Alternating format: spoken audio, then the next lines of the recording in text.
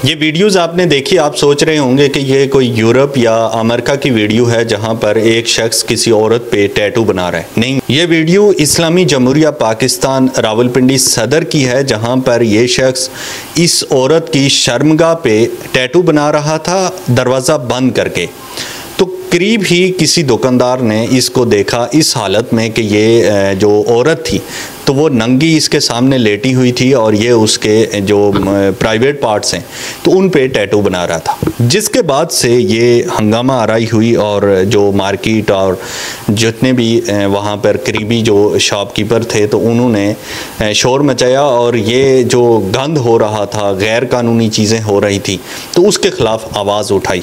ये जी कहानी है जी रावलपिंडी सदर की, जहाँ पर ये जो शख्स है तो ये इसने बाकायदा अपना चैनल भी बनाया हुआ है और जो ये कभी आपको मेहंदी लगाते हुए नज़र आएगा, कभी ये टैटू बनाते हुए नज़र आएगा, कभी ये किसी भी लड़कियों के साथ आपको वीडियोस वगैरह बनाते हुए नज़र आएगा।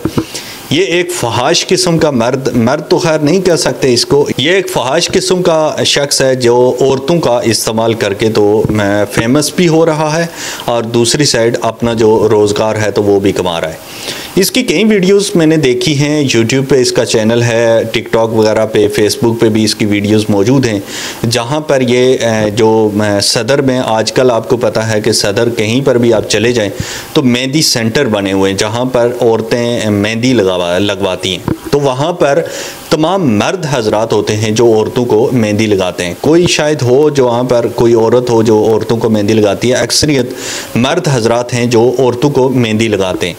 उन्हीं मर्दों में ये भी शामिल है, ये भी औरतों को मेहंदी लगाता था। लेकिन उसके बाद से इसने टैटू का काम शुरू कर दिया, क्योंकि हमारे जो लोग हैं तो वो मगरब से बड़े मुतासिर हैं, तो वहाँ पर क्योंकि ये आम कल्चर है कि आप बॉडी के किसी पार्ट पे भी टैटू बनवा लेते हैं। तो यहाँ पर भी ऐसा ही हुआ।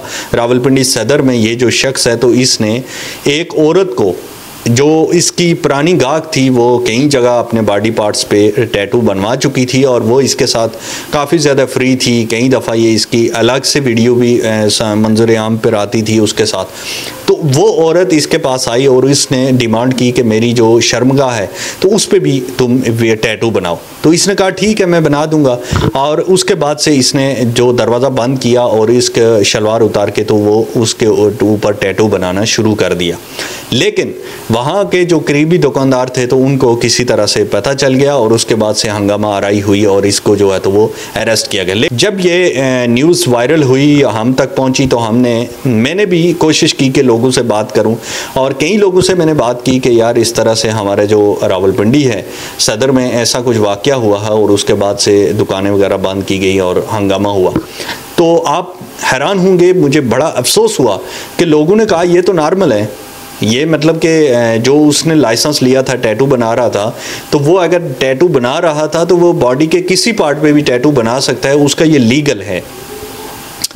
तो मैं ये सवाल मैंने किया कि ये इस्लामी जमहूरिया पाकिस्तान है, हम मुसलमान हैं, तो क्या हमारे मुल्क में ऐसा हो सकता है?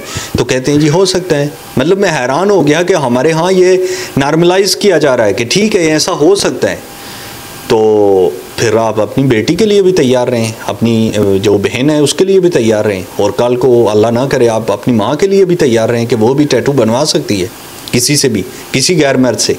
मैं हैरान और परेशान हुआ, मैं इत्फाक हुआ मुझे मेहंदी सेंटर जाने का, तो वहाँ पर औरतें अपनी जो आधी शलवार है वो ऊपर करके तो अपनी टांगों पे मेहंदी लगवा रही हैं और अपने जो हाथों पे मेहंदी लगवा रही हैं, बगैर मर्द के आगे हाथ किए हुए हैं, टांगें की हुई हैं, लेटी हुई हैं। तो मैं हैरान हुआ कि ये हम अपने मुल्क, जिसको हम इस्लामी जमहूरिया मुल्क कहते हैं, तो उसमें ये सब हो रहा है और हम कुछ भी नहीं कर सकते, हम इसके ख़िलाफ़ कुछ भी नहीं कर सकते। तो अफसोस सिर्फ इस बात का है कि हम लोग इसको ना सिर्फ बुरा कह रहे हैं बल्कि इसको सपोर्ट कर रहे हैं। एक शख्स अगर ये कह रहा है कि ये टैटू बनाना जायज़ है, मतलब वो कर सकता है, उसके लीगल है तो वो कर सकता है, उसका रोज़ी यही है, रिज़्क यही कमाने का ज़रिया है, तो वो इसको सपोर्ट कर रहा है। फिर अगर वो इसको बुरा नहीं कहता तो वो फिर इसको सपोर्ट कर रहा है। तो कम से कम मैं इसको बुरा समझता हूँ, इसलिए मैं इसके ख़िलाफ़ आवाज़ उठा रहा हूँ। और आप सब लोगों से भी रिक्वेस्ट है कि इससे पहले कि हमारी माएँ बहनें बेटियाँ भी इस तरह के काम करना शुरू कर दें, इन सब जो गैर इस्लामी चीज़ें हैं तो उनके ख़िलाफ़ आवाज़ उठानी चाहिए।